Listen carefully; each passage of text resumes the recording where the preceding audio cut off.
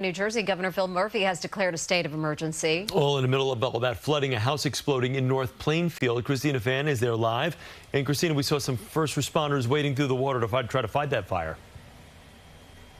That's right, Chris and Mary. This neighborhood was under several feet of water during the peak of yesterday's storm. Almost every basement along this road is flooded to some capacity. And neighbors tell us it was finally at around 8 p.m. last night when they were able to venture outside, assess the damage, when they suddenly heard a loud boom, saw the roof of this home behind us fly off and land on the front lawn.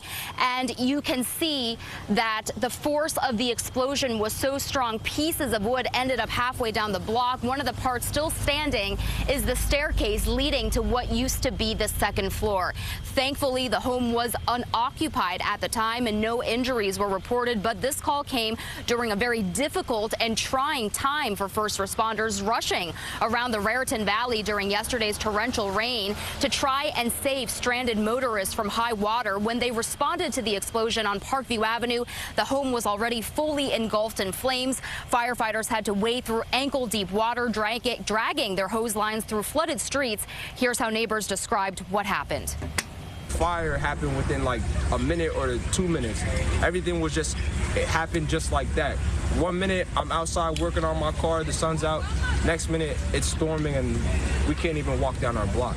And I was just watching the water recede, and all of a sudden it was just a big fireball. The house just blew up right directly in front of me.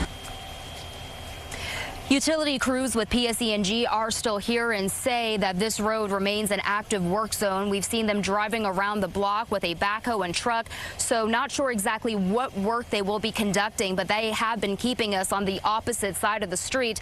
The cause of the explosion is still unknown. Again, thankfully, we're told nobody was home at the time. Neighbors on the street say despite all the damage that they're facing in their basements, they're just relieved that their homes, of course, are still standing, and this family appears to be okay. Reporting live from North Plainfield, New Jersey, Christina Fan, CBS News, New York. Christina, thank you.